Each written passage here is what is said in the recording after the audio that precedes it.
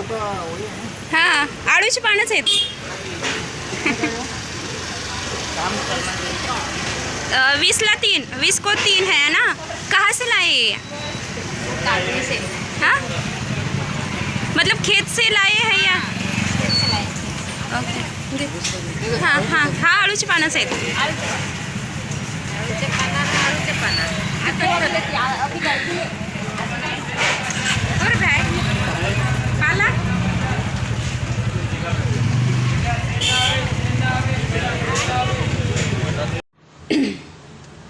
आळूवड्या करण्यासाठी मी स्वच्छ धुतलेली अशी 16 ते 17 पानं घेतलेली आहेत।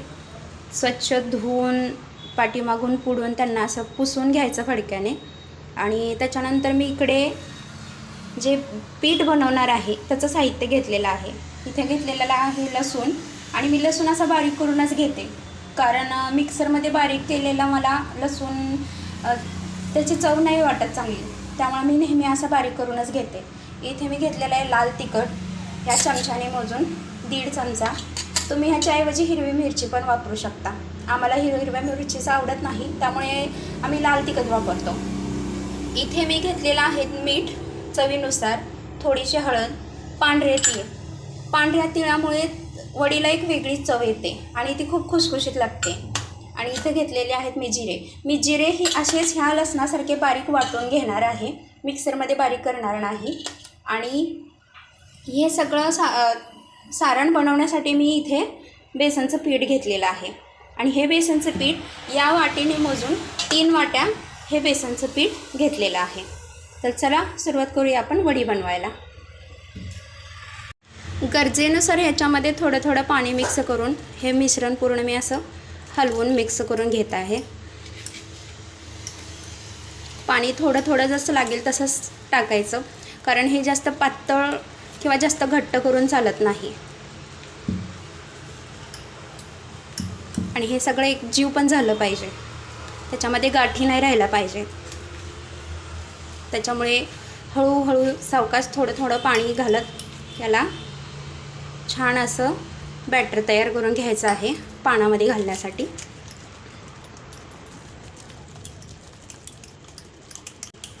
मी हे विस्करणी फिरवत आहे कारण विस्करणी केलं तर त्यामध्ये गाठी राहत नाहीत। मी हातानं करू शकले असते पण हातानं एवढं मला परफेक्ट होत नाही, त्याच्यामुळे मी विस्करणी ह्याला असे छानपैकी फेटून घेत आहे।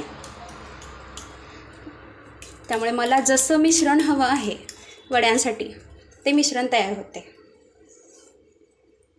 आमच्या लहानपणी आमची आई आजी आम्हाला सांगायची की तुम्ही वड्या खायला पाहिजेत। आम्हाला लहानपणी वड्या खायला आवडायचं नाही, आम्ही फक्त आतलं सारण खायचं आणि त्याचा पाला काढून टाकायचं।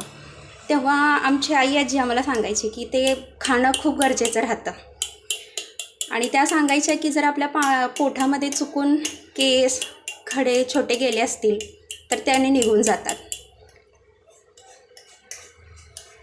चला आता आपलं बॅटर तयार झालेलं आहे, आपण आता हे पानांना छान लावून घेऊया। एक पान मी असं सरळ ठेवत आहे आणि त्याच्यावरती ते बॅटर लावून घेत आहे।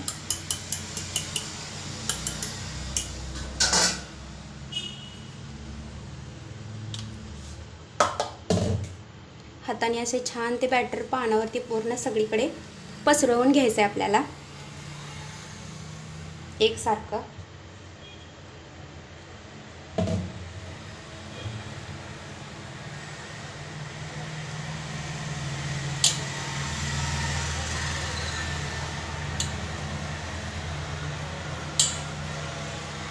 आणि आता दुसरं पान मी त्याच्यावरती पलटी करून ठेवत आहे।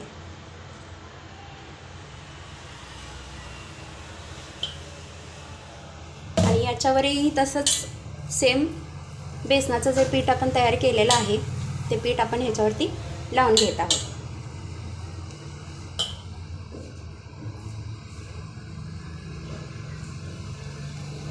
सगळ्या बाजूने हे व्यवस्थित लावून घेतलं म्हणजे पानं उलगडत नाहीत। जर बॅटर सगळीकडे सेम लागलं नाही तर ते पानं उलगडण्याची शक्यता राहते। आणि जेव्हा आपण त्याची सुरळी करतो, गोल करतो, तेव्हा आधी हे 2 भाग आतमध्ये टाकायचे आणि नंतर हे पान असं दुमडून घ्यायचं। मी 2 पानाचीच करते, तुम्हाला आवडत असेल तर तुम्ही 4-5 पानं पण एकत्र ठेवू शकता। अशाच प्रकारे आता मी उरलेल्या पानांची ही अशी वडी बनवून घेत आहे. ही वड्या उकडण्याची चाळण आहे, हिला मी थोडंसं तेल लावून घेत आहे. असं सगळ्या बाजूनी तिला तेल लावून घेतलं की ठेवलेली वडी तिला चिटकत नाही, ती छान निघते. माझ्या वड्या भरून होईपर्यंत मी इकडं कढईमध्ये 1 ग्लास पाणी ठेवलं होतं गरम व्हायला. त्याच्यावर मी आता तेल लावलेली चाळणी ठेवत आहे आणि बनवलेल्या वड्या मी एक एक करून याच्यामध्ये ठेवत आहे. आता मी अशा वड्या सगळ्या ठेवून घेतलेल्या आहेत. आता एका वेळेस तर जास्ती वड्या बसत नाहीत, त्यामुळे याच्यामध्ये जेवढ्या वड्या बसतील मी ठेवून घेतलेल्या आहेत. आणि गॅस मी एकदम बारीक ठेवलेला आहे आणि अशा बारीक गॅसवरती मी 15 ते 20 मिनटं छान वाफवून घेणार आहे, कारण जेवढ्या छान वाफवतील तेवढ्या छान त्याला चव येणार आहे, मिळेल.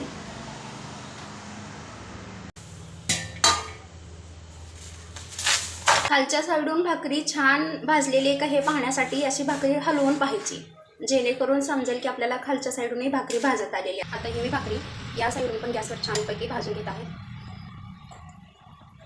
थोडीशी काटाने कच्ची राहिली तरी गॅसवर ती पलटून आपल्याला भाजता येते, पण गॅसवर भाजलेल्या भाकरीपेक्षा ना चुलीवर भाजलेली भाकरी खरंच खूपच अप्रतिम टेस्ट त्याला. पण शहरात राहत असल्यामुळे ते सुख तर आमच्यासाठी दुर्मिळच. मी प्रयत्न करत आहे तशी चुलीच्या भाकरीसाठी तिला कडक करण्याची, कारण मऊ पडलेली भाकरी एवढी चव नाही देत. छान कडक अशी भाकरी केली तिला असं छान आलटून पालटून फिरवून एकाच ठिकाणी जास्त वेळ थांबवायची नाही, नाहीतर तिला लगेच काळे डाग पडतात. इथे जसा थोडासा काळा डाग पडलाय ना तसा खालच्या साईडूनही करपण्याची शक्यता असते, त्यामुळे तिला सारखं असं हलवत राहून. आणि आता मी थोडंसं काठालाही फिरवून घेत आहे, जेणेकरून जर काठाला कुठे काही कच्ची राहिली असेल तर तीही भाजून निघेल. इथे माझी दुसरी भाकरी पण तयार होती, तीही मी आता तव्यामध्ये टाकून देत आहे. पहा माझी भाकरी कशी असते, पूर्ण तवा भरून.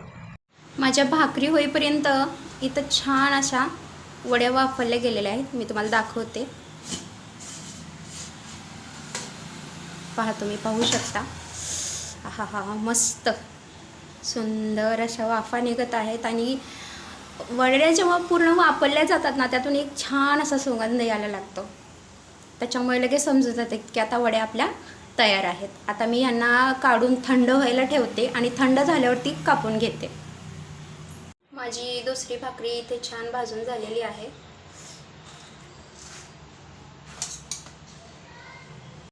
या वड्या आता छान थंड झालेल्या आहेत.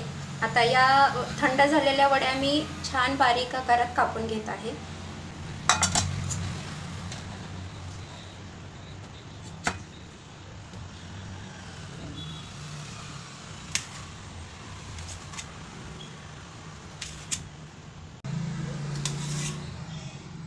अशा छान मी बारीक कापून घेतलेल्या आहेत वड्या. आता मी राहिलेल्या वड्या अशाच बारीक कापून घेणार आहे. मी वड्या थंड होईपर्यंत, त्या कापून घेईपर्यंत कढईमध्ये इथं तेल गरम व्हायला ठेवलं होतं आणि तेल छान गरम झालेलं आहे.